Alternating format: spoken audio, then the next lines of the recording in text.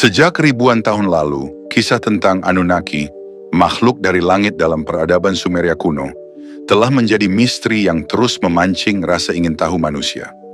Mereka digambarkan sebagai penguasa langit dan bumi, pembentuk tatanan sosial, bahkan pencipta manusia untuk menambang emas bagi kepentingan kosmik.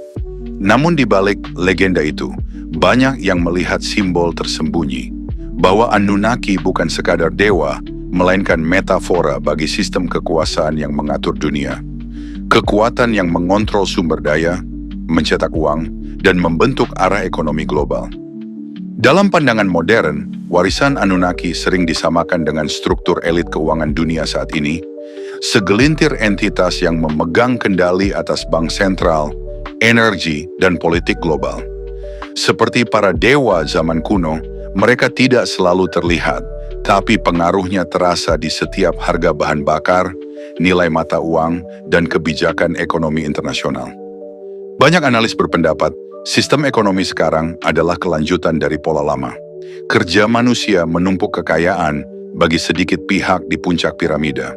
Bedanya, jika dulu emas adalah simbol kekuasaan, kini data, mata uang digital, dan kendali moneter menjadi emas baru zaman modern. Apakah benar garis kekuatan global ini berasal dari jejak Anunnaki, atau sekadar pola sejarah yang terus berulang, di mana manusia menciptakan dewa-dewa baru dari uang dan kekuasaan? Satu hal pasti, memahami sejarah dan simbolnya membuat kita sadar bahwa ekonomi bukan hanya soal angka. Ia adalah tentang siapa yang mengatur arah dunia, dan bagaimana manusia memilih untuk tetap menjadi budak sistem, atau mulai menciptakan sistemnya sendiri.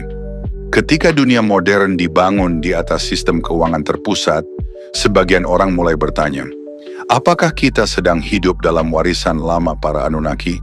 Mereka dulu disebut pengendali emas, sumber nilai tertinggi di bumi. Kini, posisi itu digantikan oleh bank sentral, lembaga keuangan raksasa, dan algoritma ekonomi yang menentukan siapa yang kaya dan siapa yang tetap menjadi pekerja. Namun, sesuatu mulai berubah. Dari kedalaman dunia digital, muncul ide baru, desentralisasi. Sebuah gagasan bahwa kekuasaan atas uang dan informasi tidak boleh lagi berada di tangan segelintir pihak. Blockchain, mata uang kripto, hingga sistem mesh desentralisasi mulai menjadi simbol pemberontakan modern terhadap dewa-dewa keuangan masa kini. Jika dulu emas menjadi alat kendali Anunnaki, maka kini transparansi dan kepercayaan terdistribusi menjadi senjata manusia untuk membebaskan diri.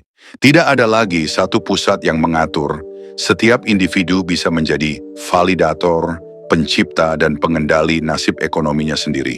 Seolah sejarah sedang berputar, namun kali ini manusia punya kesempatan untuk menulis ulang kisahnya.